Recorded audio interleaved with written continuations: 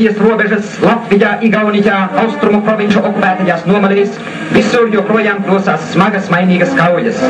Cīņu telpā dienvidu austrumos no ērkļiem. Tur pāri Augstienē nostiprinājušies bolševiki un var pieņemt, ka viņi tagad gatavojas uzbrukumam. Kādas latviešu vācu vienības priekšējais novērotājs laikus izpratis stāvokļa nopietnību un pieprasa artilērijas pabalstu un trieciena lielgabalus. Cīņai iekļauj smago un vieglo artilēriju.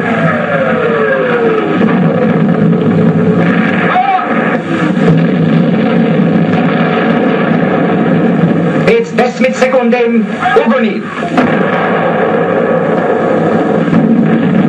Lauka haubicas.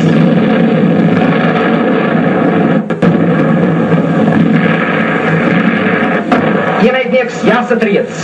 Granāta pēc granātas aizjoņo uz sīvo pretinieku.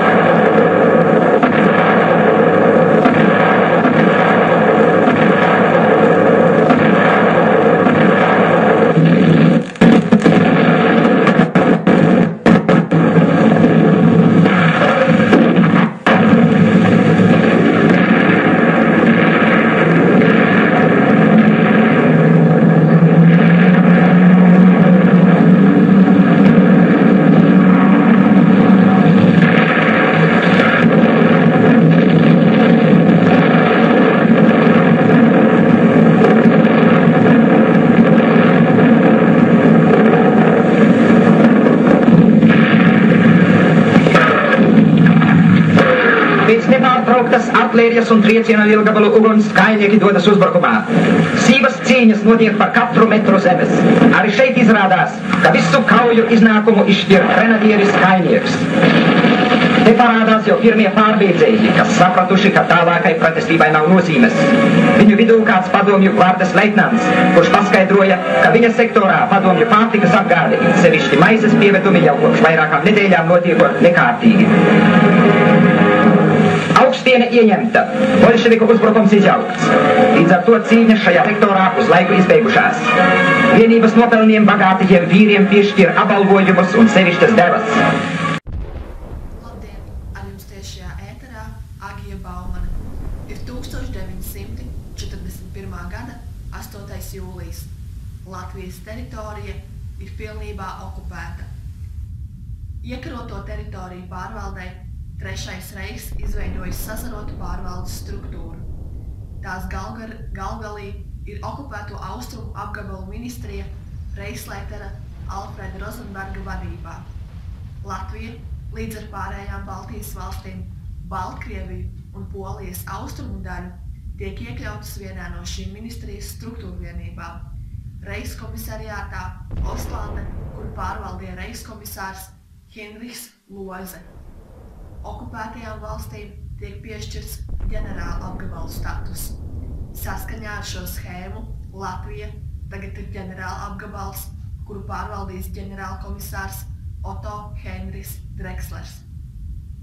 Ir 1941. gada 3. augusts. Pirms gada, 27. augustā, ar LPSR vadības rīkojumu Tautas armija tika likvidēta un tās komandējošais sastāvs tika izmainīts. No Latvijas armijas paliekām izveidoja 24. teritoriālo korpusu, kas tika iekļauts Baltijas kara apgabalu sastāvā. 1941. gada jūnijā gandrīz visi latviešu virsnieki tika nomainīti ar krieviem. Tā paša gada jūnijā armijas sastāvā palikušie latviešu virsnieki liktenē mācību laikā tika apcietināti un deportēti. Šodien, 3. augustā, PSRS valsts aizsardzības komiteja kritiskā stāvokļa dēļ ir atļāvusi latviešiem veidot nacionālu karaspēka daļu – Latviešu strēlnieku divīziju. Sākumā to formē uz brīvprātības principiem. Divīzijā ir ap 10 000 vīru, tostarp mans vīrs. Tā ir saņēmusi savu kārtas numuru 201. Par nacionālā karaspēka daļas komandieri ir iecelts pulkvedis Jānis Veikins. Uz priekšu latvieši un pulko stājamies, lai asi asins plūst, mēs kausimies līdz vergu vāžas, pušu trūks.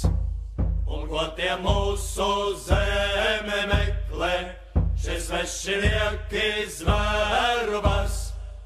Tie grib mūs iedzīt verdzības meklē, drīz uzbruks mums šis elles vars. Uz priekšu latvieši un pulko stājamies, lai asins plūst, mēs kausimies līdz vergu vāžas, pušu trūks. Vāžas, pušu trūks. Un ko tie mūsu zeme meklē, šis svešinieki zvērvas. Tie grib mūs iedzīt verdzības meklē, drīz uzbruks mums šis elles vars. Uz priekšu latvieši un pulko stājamies, lai asins plūst, mēs kausimies līdz vergu vāžas, pušu trūks. Vērvas, tie grib mūs iedzīt verdzības. Ar jums tiešraidē Evelīna Āboliņa. Latvijā Vācijas okupācijas laikā tika izveidota plaša represīvā sistēma, kas tika izvērsta jau no pirmajām okupācijas dienām. Galveno lomu šajā spēlē spēlēja Vācu drošības policija un drošības dienests. Tika iesākto geto, koncentrācijas nometņu un cietuma sistēmas izveidošanu.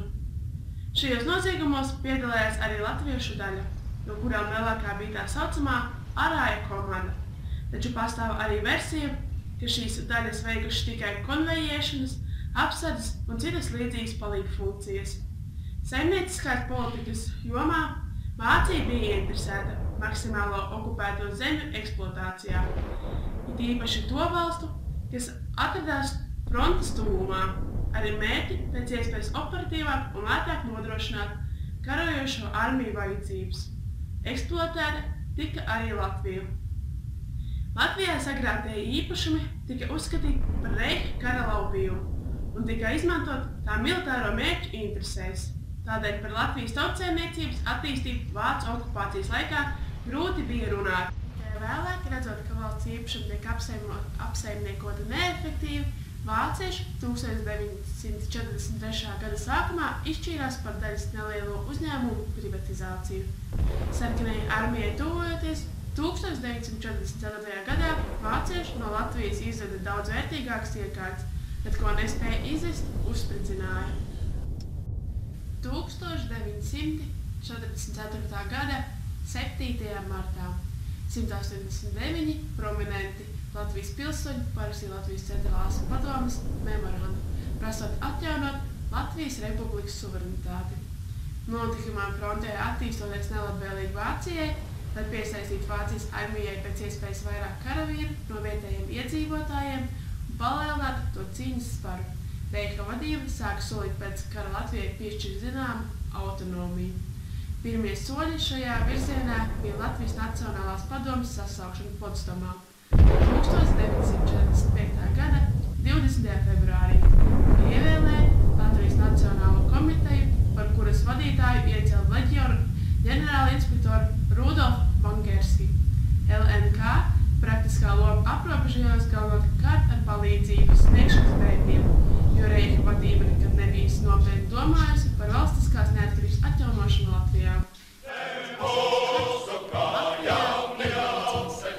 Kopā uz 1944. gada 1. jūliju saskaņā ar ģenerālinspekcijas datiem Latviešu leģiona zaudējumu sastāv 2723 kritušie un 644 mirušie, 2419 pazudušie, 7350 zaudējumi 1944. gada 1. jūlijā līdz kā populācijai nav precīzi zināmi, taču tos vērtē ar 50 līdz 70 brīdi.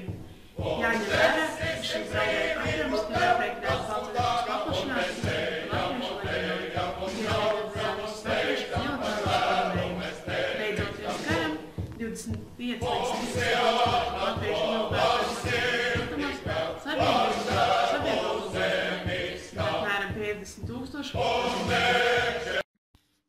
2016. gada 20. aprīlis tika intervēts Vecpievilkas novada iedzīvotājs par to, ar ko saistās Otrais pasaules karš Latvijā. Manuprāt, svarīgākais jēdziens, kas man saistās ar Otro pasaules karu, ir okupācija, jeb citas valsts teritorijas vai tās daļas vardarbīga ieņemšana. Arī Latviju Otrā pasaules karā okupēja.